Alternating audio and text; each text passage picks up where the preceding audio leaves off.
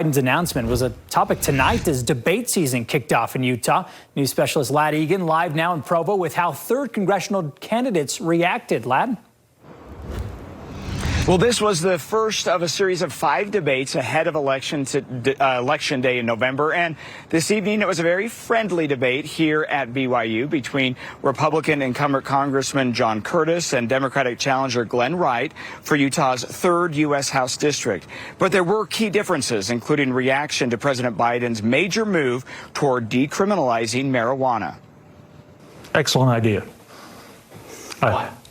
Why I think marijuana use amongst adults is a victimless crime, and it also feeds the drug cartels. I agree there's serious problems with our legislation dealing with marijuana in the U.S. Congress.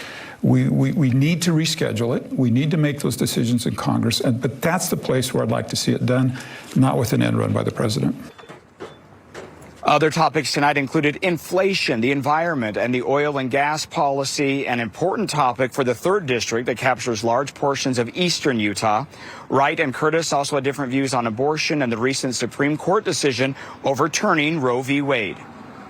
Let me first start by saying I'm unapologetically pro-life. Now, let's discuss what the Supreme Court did and didn't do.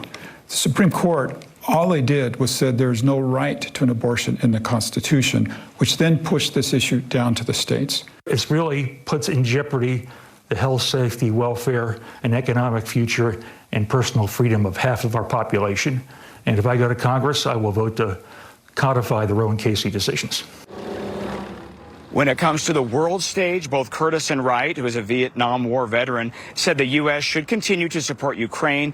Both candidates also said the U.S. needs to do everything we can to make sure that Russia doesn't use tactical nuclear weapons. So again, a very civil back and forth tonight between these candidates. And we reported this week about a new Utah-based project called the Dignity Index that's going to release weekly scores on Utah's candidates running for federal office.